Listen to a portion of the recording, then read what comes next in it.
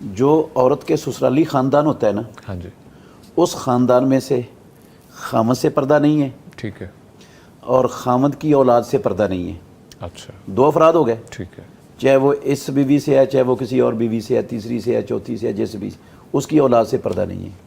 اور نمبر 3 خامد کا باپ میں دادا بھی آتا ہے، پردادا بھی آتا ہے، اچھا نانا بھی آ جاتا ہے، ٹھیک ہے تو ان سے پردہ نہیں ہے. باپ میں چچا آتا ہے چچا نہیں آتا. خامد کا چچا، خامد کا ماموں، اچھا وہ دونوں اس عورت کے لیے غیر محرم ہیں. صرف یہ لوگ آتے ہیں 3.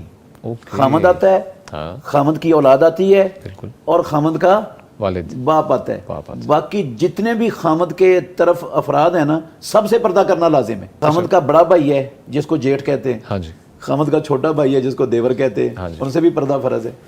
تو جب اس سگے بھائیوں سے فرض ہے تو پھر خامد کے جو کزنز ہیں ہاں سیکنڈ تو ان کزن سے تو تھرڈ بالولا کزن فرض ہے. سب سے بھتیجے ہیں.